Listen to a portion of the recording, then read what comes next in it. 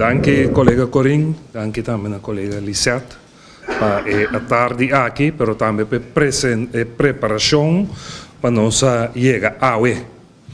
AUE, em verdade, nós temos 5 nominados ainda.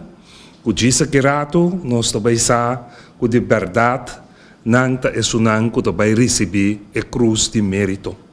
Nós temos a tarefa de nominar-vos para o prêmio aqui. Então,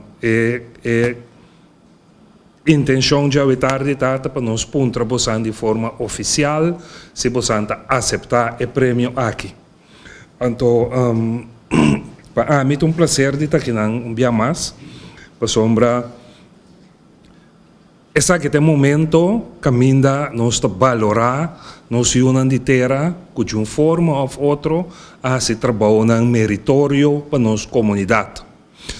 Nós porta laga de turbia de acordo com outro riba é trabalho que agora se riba forma que ela ciele, pero essa é a parte de vida e essa é a parte de democracia, que ainda tem espaço que nós não mesterta de acordo com outro. Pero se chega momento que ainda nós temos que dar cada pessoa um valor para a maneira que nós binta ajuda a construir o país aqui. Então, cada ano que passa, bota saca outra pessoa na trove, que de uma forma ou outra está ajudando a construir o país aqui, que está ajudando a fundação do país aqui.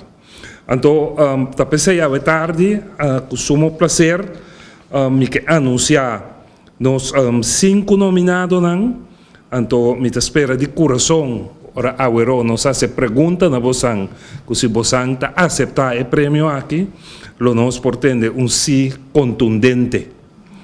É nominado, na primeiro lugar, ordem não tem nada de a ver com nada, Deus está com o sabe de uma ordem, me te quer. Eu prometo a senhora Lidwina Marciano Veres. Nós estamos agora aí, que nós estamos anunciando, isso para servir biografia, não sei. Senhor Martínez, Antônios, Dominicas, Andrea, Francisco Claimuda. Ok. Nós estamos agora com a senhora Violette Lucrecia Matilda Lawrence. Sim?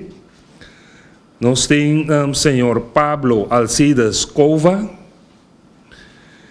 E, por último, nós temos senhor Roberto Emílio Rico. Agora, eu que pedi colega Corin, se é por passar rato riba a biografia, então, por isso, nós passamos agora para a parte caminho nós está vai puntre nominado, se não aceitar o prêmio aqui.